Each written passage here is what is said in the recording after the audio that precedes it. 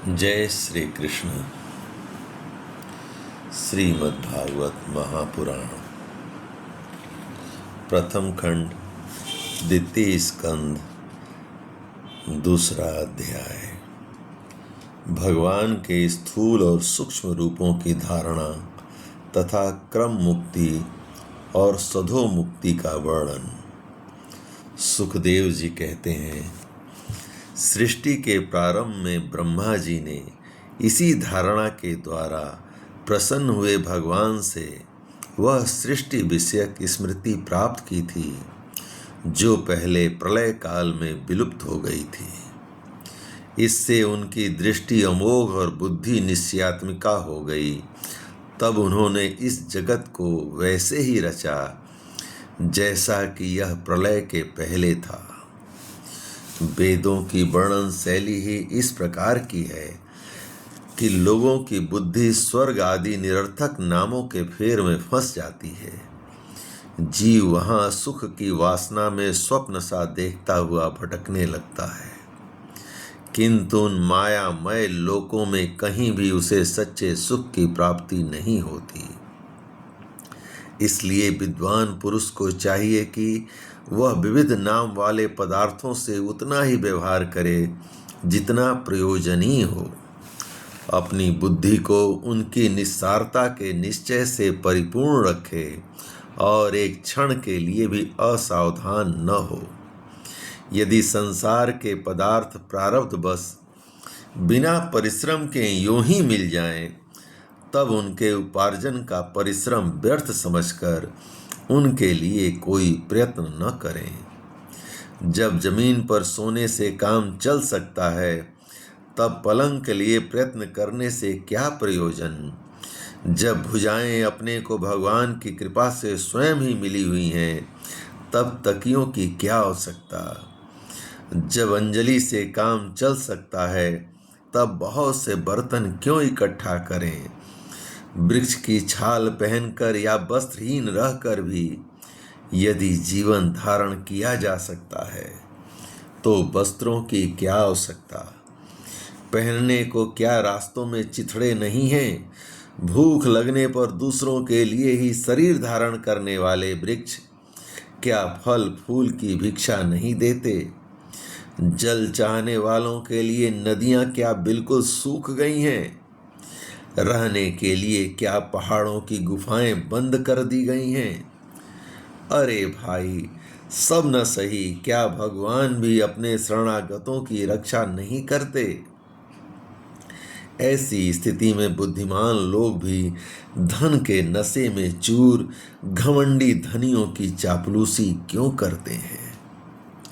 इस प्रकार विरक्त हो जाने पर अपने हृदय में नित्य विराजमान स्वतः सिद्ध आत्मस्वरूप परम प्रियतम परम सत्य जो अनंत भगवान हैं, बड़े प्रेम और आनंद से दृढ़ निश्चय करके उन्हीं का भजन करें, क्योंकि उनके भजन से जन्म मृत्यु के चक्कर में डालने वाले अज्ञान का नाश हो जाता है। पशुओं की बात तो अलग है, परंतु मनुष्यों में भला ऐसा कौन है जो लोगों को इस संसार रूप वैतरणी नदी में गिरकर अपने कर्म जन्य दुखों को भोगते हुए देखकर भी भगवान का मंगलमय चिंतन नहीं करेगा। इन असत विषयक भोगों में ही अपने चित्त को भटकने देगा। कोई कोई साधक अपने शरीर के भीतर हृदयाकाश में विराजमान भगवान के प्रादेश मात्र स्वरूप की धारणा करते हैं। वे ऐसा ध्यान करते हैं कि भगवान की चार भुजाओं में शंख चक्र गदा और पद्म है। उनके मुख पर प्रसन्नता झलक रही है। कमल के समान विशाल और कोमल नेत्र हैं। कदम के पुष्प की केसर के समान पीला वस्त्र धारण किए हुए हैं। भुजाओं में श्रेष्ठ रत्नों से जड़े हुए सोने के बाजूबंद शोभायमान हैं। सिर पर बड़ा ही सुंदर मुकुट और कानों में कुंडल हैं, जिनमें जड़े हुए बहुमूल्य रत्न जगमगा रहे हैं। उनके चरण कमल योगेश्वरों के खिले हुए हृदय कमल की कणिका पर विराजित हैं। उनके हृदय पर श्री वत्स का चिन्ह एक सुनहरी रेखा है। गले में कौस्तुभ मणि लटक रही है। वक्ष स्थल कभी न कुम्हलाने वाले बनमाला से घिरा हुआ है। वे कमर में करधनी, अंगुलियों में बहुमूल्य अंगूठी, चरणों में नुपुर और हाथों में कंगन आदि आभूषण धारण किए हुए हैं। उनके बालों की लटें बहुत चिकनी, निर्मल, घुंघराली और नीली हैं। उनका मुख कमल मंद मंद मुस्कान से खिल रहा है। लीलापूर्ण उन्मत्त हास्य और चितवन से शोभायमान भौहों के द्वार वे भक्त जनों पर अनंत अनुग्रह की वर्षा कर रहे हैं। जब तक मन इस धारणा के द्वारा स्थिर न हो जाए, तब तक बार बार इन चिंतन स्वरूप भगवान को देखते रहने की चेष्टा करनी चाहिए। भगवान के चरण कमलों से लेकर